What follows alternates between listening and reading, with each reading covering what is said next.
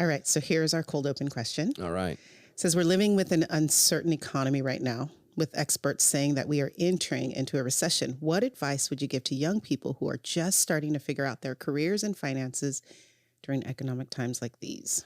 Yeah, I think if you're a young person, you're going to score because I think that things are getting ready to reset. I don't think that we've figured out how to, they've been doing this quantitative easing thing for 20 years where basically the way that they kind of prop up this dead economy is they just print money and they don't even really print it anymore. They just on a computer sheet type it in and the money is out there. And so what that's caused is things to get more and more expensive. And so I know young people all love the stimulus checks, but all that money that you receive, you're going to have to pay back later in some way because the system can't just run on that. So I think there's going to be a hard reset. That's my opinion. We're preparing as a church for 2023 for bumpy roads. Here's the good news. I think rents have to come down.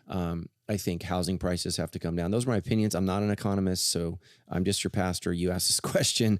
There's a lot of people, Dave Ramsey, that disagree with me. And I don't want to be like Dave Ramsey, who I think, when he speaks on all things finance, I think he gets into the weeds a little bit and he gets out of his specific sweet spot, which is basically pay off debt. He really, really helps people who are struggling, nickel and diming their budgets rather than speaking into long-term. He's not a Warren Buffett. Right. So I don't want to pretend that I'm a Warren Buffett, but what Tammy and I are doing right now is we're stocking up on cash and we're ready and able to invest if we have this opportunity. And so I did this in 2008. Our church did this in 2008. So part of the reason that Sandals has all of the buildings that we have is we bought in 2009, 2010. And like the building that you're sitting in right now was for sale for $12 million. I think we paid $5.5 million for it. And we got owner financing. So the owner financed this. So I couldn't get a bank to loan us money. Banks wouldn't even talk to us. And this owner financed this building, and the building next door to us, he carried that loan for $3.8 million, just interest only for 5 years. Wow. So we were able to do some amazing things. Now to put that in perspective, so total all in, and this is the Hunter Park campus, we were $11.5 million. We got offered last year $55 million for these two buildings. So now we turned that down because we have to have a place to worship. But we were able to do that. And so you need to be positioned. And again, Jesus says, be as wise as a serpent and as innocent as a dove. And so think of serpents only having the opportunity to strike once. And so a lot of Christians think, well, God's in control. Yes. But what has he placed you in control of? And that is your financial decisions. And so just be looking at things and positioning yourself. And again, for young people, stop following your passions, find something you're good at and use that to make the world a better place and earn money. Find something that you're good at. And I just see so many young people, well, I'm not passionate about this. There are things about my job that I am not passionate about.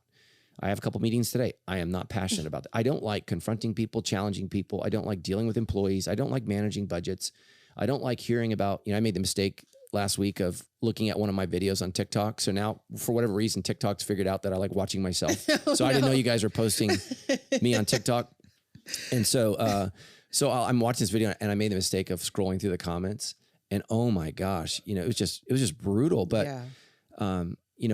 we just have to learn and we have to say, okay, we're going to try to get through this. And so why did I bring that up? I just had a total, if you don't know, I'm on back pain medication right now. So I'm only halfway responsible for what I say today. So I don't know how that was a You're sequitur. talking about find something you're good at. Oh yeah. Find something you're good at. Thank you. Donna just brought us back. Thank God for Donna, who is medicated free on today's episode.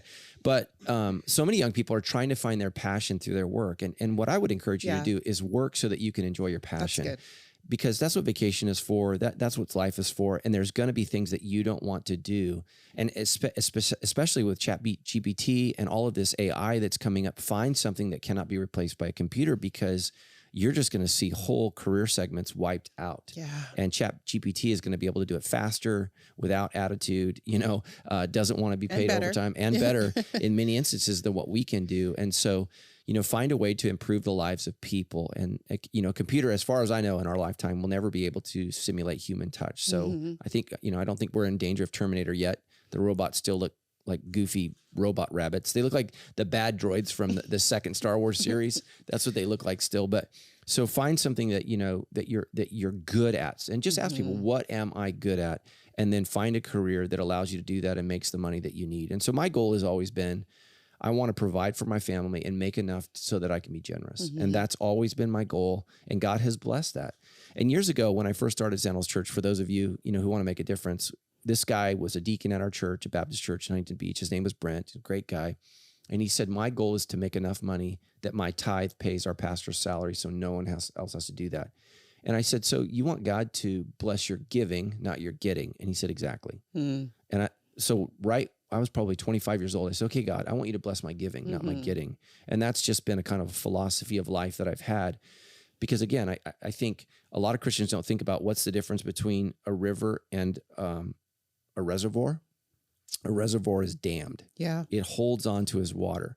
A river lets it flow. And so if you want to be a river for God, let his money that he gives you flow through you. And there's just been so many amazing things that I never thought I would be able to do. Like I never thought I'd be able to buy a house. I never thought I'd be able to get my kids through college. I never thought any of those things would happen, but I put generosity first and I tried to be wise about my decisions, and God's blessed us. Yeah. Hi, thank you so much for watching. If this material is helping you to further your authentic relationship with Jesus Christ, I want to encourage you to move from being someone who watches content to someone who participates and helps give towards this content. I want you to know that no amount is too small. Jesus Christ himself makes the biggest deal out of the smallest gift. And so whether that's $1 or $5 or $10, every dollar helps us in our mission to reaching the world with this vision of authenticity. So if God is prompting you, if the Holy Spirit is moving you towards generosity to Sandals Church, I want to encourage you to go to donate.sc. And here's all we ask. Give whatever God asks you to give, and we will just pray over that and ask God to bless that so that we can reach more people like you with this life-changing message.